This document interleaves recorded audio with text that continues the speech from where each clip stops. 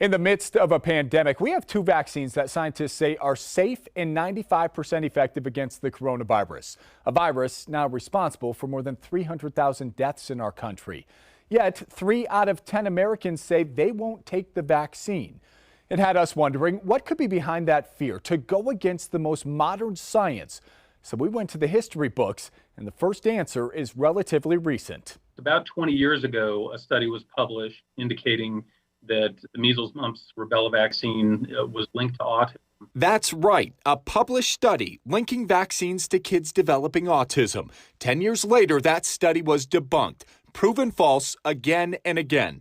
Modern medicine saying there is no such link. Unfortunately, the mythology it created persists even to today, causing mistrust of vaccines when, in fact, there was no evidence for the association was asserted. Vaccines have been around for centuries. In our Western culture, the first known vaccine was in 1796, trying to find a cure for smallpox. According to articles on the National Institutes of Health, the federal government started its first vaccine program in 1813. But a doctor made a tragic error in 1822 and caused several deaths. Congress immediately stopped the program. Yes, very regrettably, there have been circumstances in which vaccines have led to some harm. But the studies on vaccines continued because the few cases of harm did not compare to how many lives were lost to infectious diseases. In the year 1900, nearly 1/3 of all deaths were children under the age of 5. In the 20th century, lifespan increased from the mid-40 years of age on average to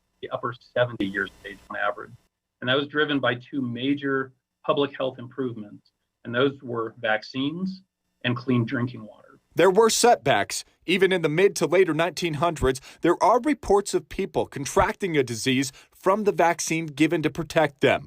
Remember, historically, a vaccine was a weakened or killed bacteria of the disease. They shoot that in you, and your body then knows how to fight off smallpox, measles, etc. But there was still risk people would contract the disease from that vaccine. Well, not the case anymore. Our technology has gone past that. Now we're in this age where we can actually use the genes of a particular part of the infectious agent to create immunity so that the vaccine itself never runs the risk of causing the infection we're trying to prevent. He said the improvements are not just with the vaccine, but also the regulation. There's oversight of production, testing, and marketing nowadays.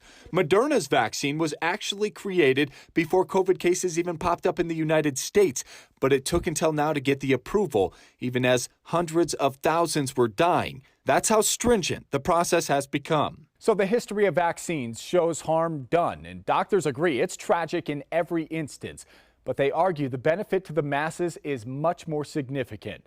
So with vaccines being right up there with the importance of clean water, I asked Dr. Jeff Salvin-Harmon to sum up the power of this tool. There are currently 26 vaccine preventable diseases, meaning diseases we no longer see on a day-to-day basis that our grandparents and great-grandparents worried about on a daily basis. Todd Kurtz, KOAT Action 7 News.